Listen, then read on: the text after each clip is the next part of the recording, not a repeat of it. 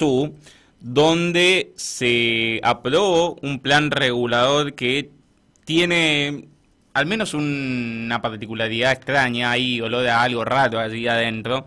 Y queríamos charlar un poco con el concejal de Puerto Iguazú, Alejandro Bedón, quien está con nosotros a través de comunicación por videollamada. Concejal, buenas noches, un gusto tenerlo con nosotros. De ahí en Alejandro, como siempre. Buenas noches, Brian. Buenas noches, Alejandro. Muchas gracias por la comunicación. Por favor, concejal, explíquenos un poquito esto que se denomina plan regulador, que muchos dicen que alienta un poco a la especulación inmobiliaria en la zona. ¿De qué se trata? Bueno, la ciudad de Puerto Iguazú tiene al día de hoy gran parte de su territorio eh, sin regularización de la situación de las tierras fiscales. Eso significa que hay un gran porcentaje de, de las tierras que no tienen título de propiedad, que no tienen permiso de ocupación y que están siendo ocupadas de manera irregular. Ujú. Eh, Hubo hace más o menos 20 años atrás una donación por parte del ejército argentino de 2.000 hectáreas a la ciudad de Puerto Iguazú, que se incorporaron al casco, pero no se incorporaron al casco urbano, ¿no? Es una zona que quedó como si fuese una zona de reserva urbana. Entonces, ¿cuál es el problema? Que en 20 años esa zona no tuvo ningún tipo de plan urbanístico que la ordene. Claro. Y se fue alentando la ocupación de manera irregular. En cada campaña política se avanzaba sobre 100, 200 hectáreas, se iba depredando el monte nativo, se iba por sobre los arroyos, ahí pasa un arroyo de donde se toma el agua para la potabilización y la distribución hacia los barrios, que es el arroyo en Bocaí. Y bueno, toda esa zona natural, colindante antes con lo que era el Parque Puerto Península, se fue ocupando. Hoy gran parte de esa zona, digamos, está precariamente urbanizada. Digo precariamente urbanizada, ¿por qué? Porque se abrieron los caminos, la gente ocupó, como le dije anteriormente, el suelo, pero sin ningún tipo de regularización. Básicamente la ciudad se va ampliando, se va instalando nueva cantidad de vecinos sin un ordenamiento, sin una planificación de servicios, de calles y demás, ¿no? Totalmente. La ciudad es dinámica. La lógica de Puerto Iguazú es que es una ciudad dinámica que se expanda hacia la periferia. Si hoy ustedes visitan Puerto Iguazú van a ver que a diferencia de Posada, Iguazú no crece hacia arriba todavía, sino que crece hacia la periferia. Esta periferia es la 2.000 hectáreas. Esta periferia es colindante con el Parque Nacional de Iguazú, con el Parque Provincial Puerto Península y, bueno, creció hacia allá de manera desordenada. Yo, más o menos hace unos 10 años atrás, que es cuando me empiezo a involucrar en la política partidaria y participar de elecciones, insisto con que es necesario en Puerto Iguazú trabajar lo que se llama el plan estratégico, que lo tiene la ciudad de Posadas, el plan urbano ambiental y posteriormente el plan regulador. El plan regulador debería ser un instrumento jurídico que haga que se cumpla la idea de ciudad que propone un plan estratégico o un plan urbano ambiental resguardando el ecosistema natural, ¿no? Más teniendo en cuenta la proximidad que tiene Puerto Iguazú con las cataratas, con el Parque Nacional y con esa intención que se ve desdibujada totalmente de ser un destino verde. El que ha visitado Puerto Iguazú se ha dado cuenta, si recorrió un poco la zona periurbana, o sea, la zona de los barrios, te estoy hablando de 5 minutos de las calles céntricas, Iguazú no posee parques, no posee plaza con arbolado urbano, no tiene arterias principales con una reforestación. Es una ciudad que de destino verde no tiene absolutamente nada, siendo sincero, ¿no? Ujú. Entonces es fundamental trazar un lineamiento sobre qué idea de ciudad nosotros tenemos. Cuando, haciendo un poquito de historia, cuando las 2.000 hectáreas se incorporaron al tejido de nuestra ciudad, había una intención de volverlas 2.000 hectáreas productivas.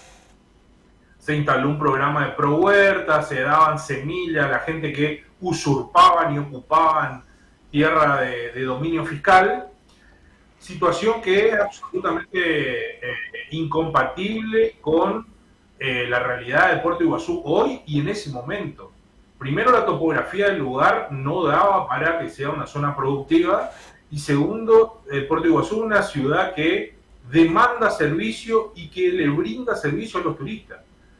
Para nada tiene que ver con Andresito, con Banda, que podrían ser tranquilamente los cordones productivos de la región y abastecer a Puerto Iguazú de quizá la producción agrícola, ¿no? Hoy toda la producción que llega a los hoteles, a los restaurantes, viene por parte del cordón productivo de Andresito. Los productores utilizan la ruta 101 y no se planta en Iguazú de manera masiva como para generar una producción que aliente la producción agrícola. Además, es una cuestión, como le dije anteriormente, incompatible con la realidad de Puerto Iguazú.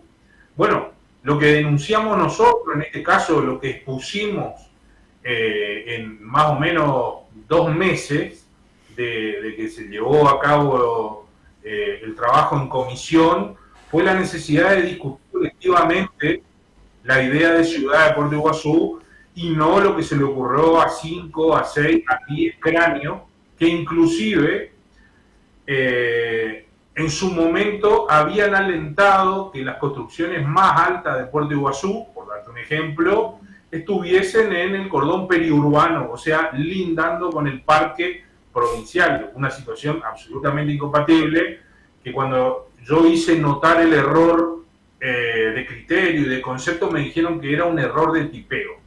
Y en realidad se alienta la especulación inmobiliaria. ¿Por qué?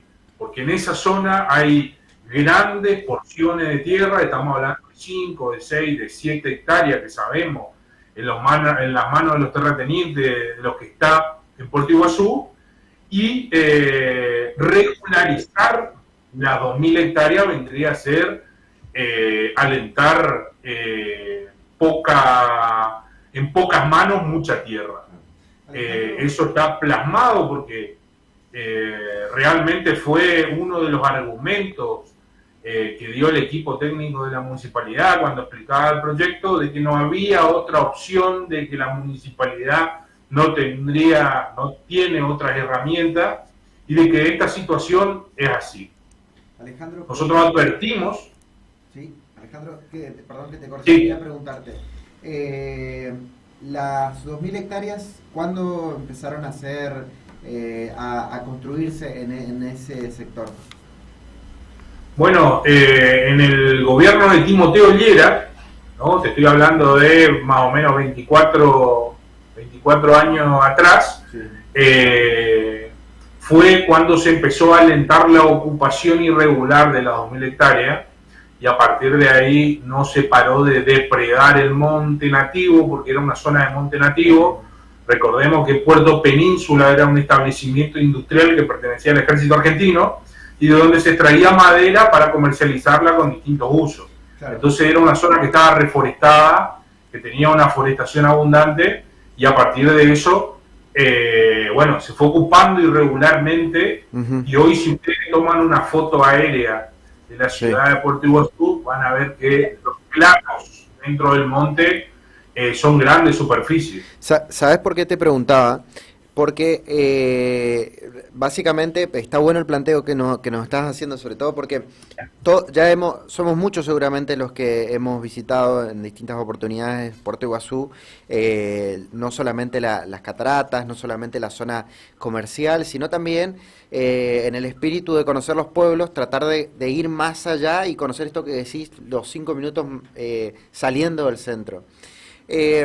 Y en ese sentido quería preguntarte, bueno, 24 años es un tiempo importante de desarrollo urbanístico, si se quiere.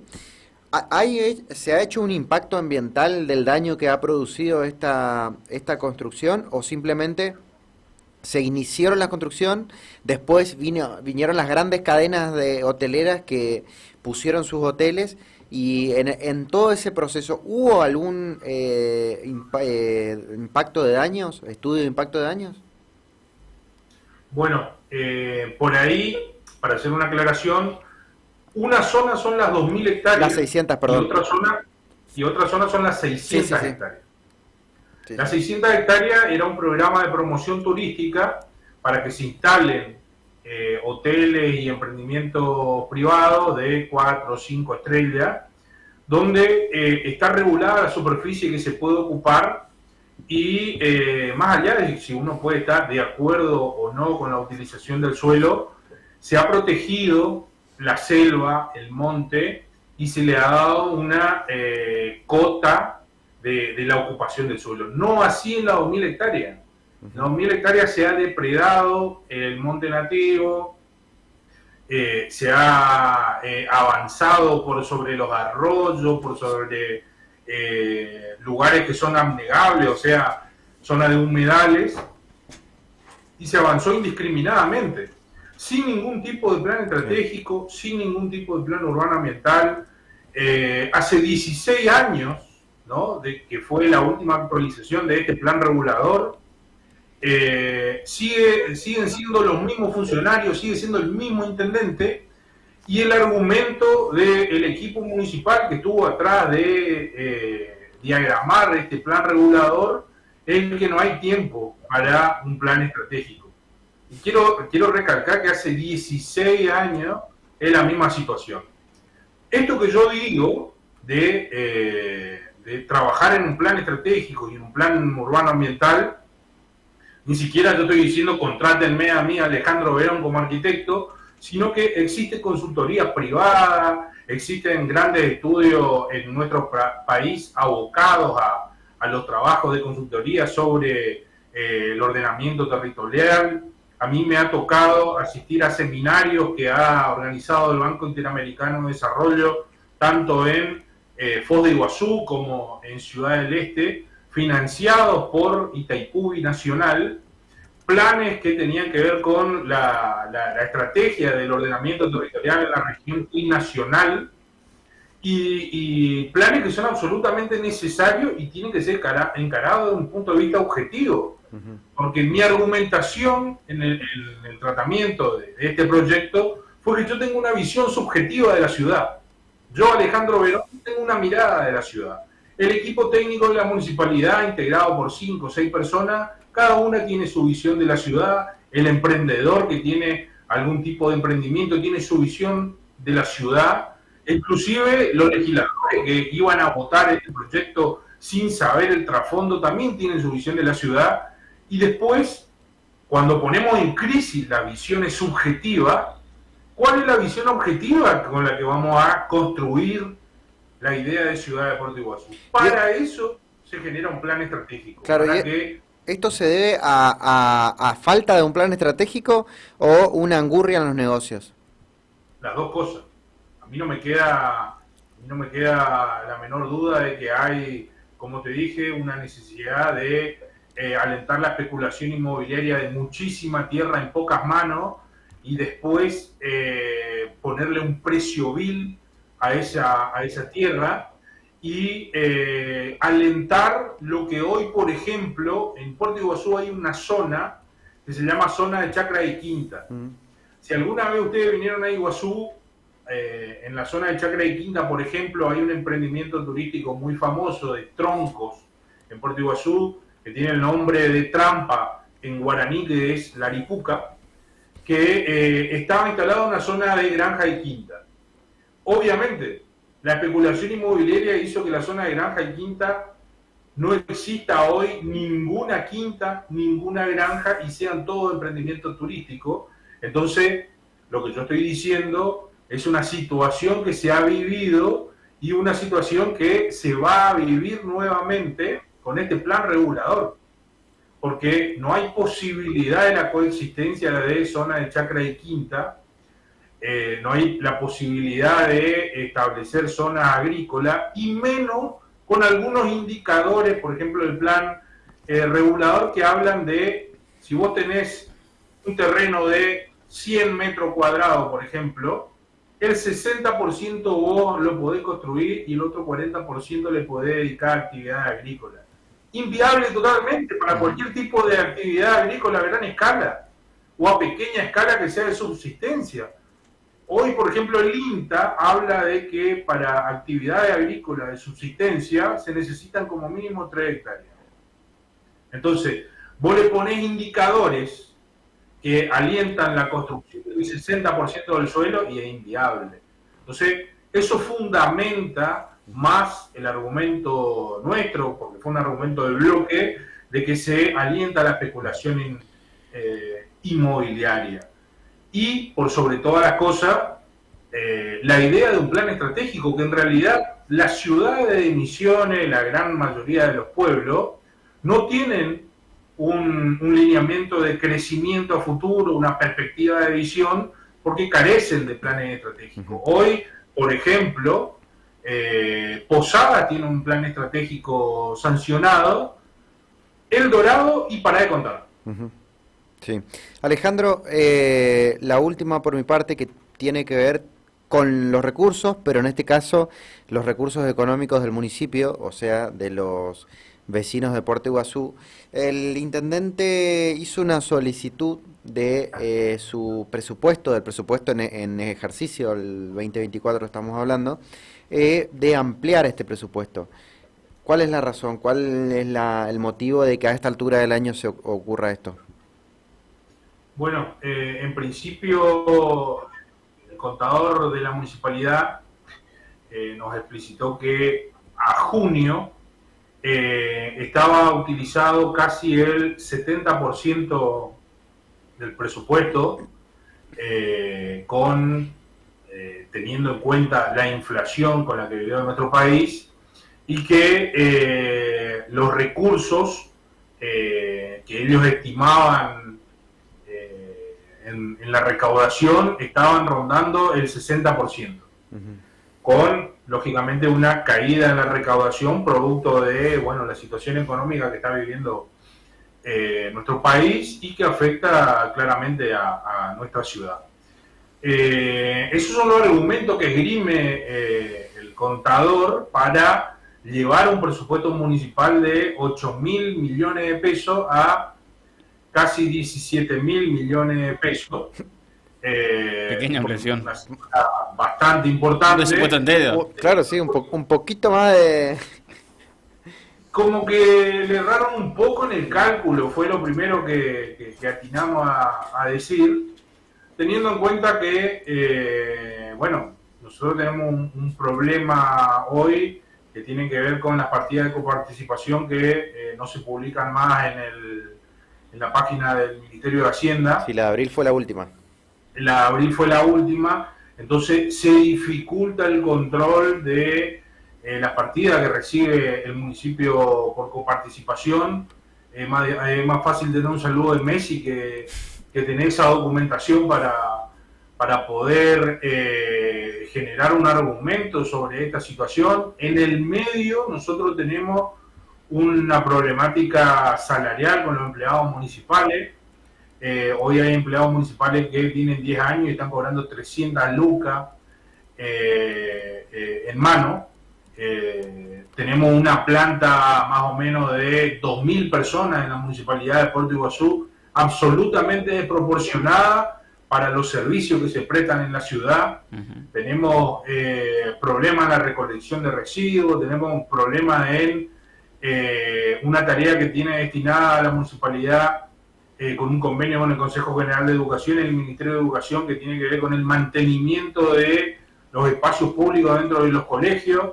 Hoy tenemos escuelas prácticamente abandonadas en el mantenimiento, y en el medio este pedido de aumentar el presupuesto, donde, en primer lugar, la posición es que el municipio ordene sus prioridades en cuanto a lo salarial, que ordene su prioridad en cuanto a la obra pública.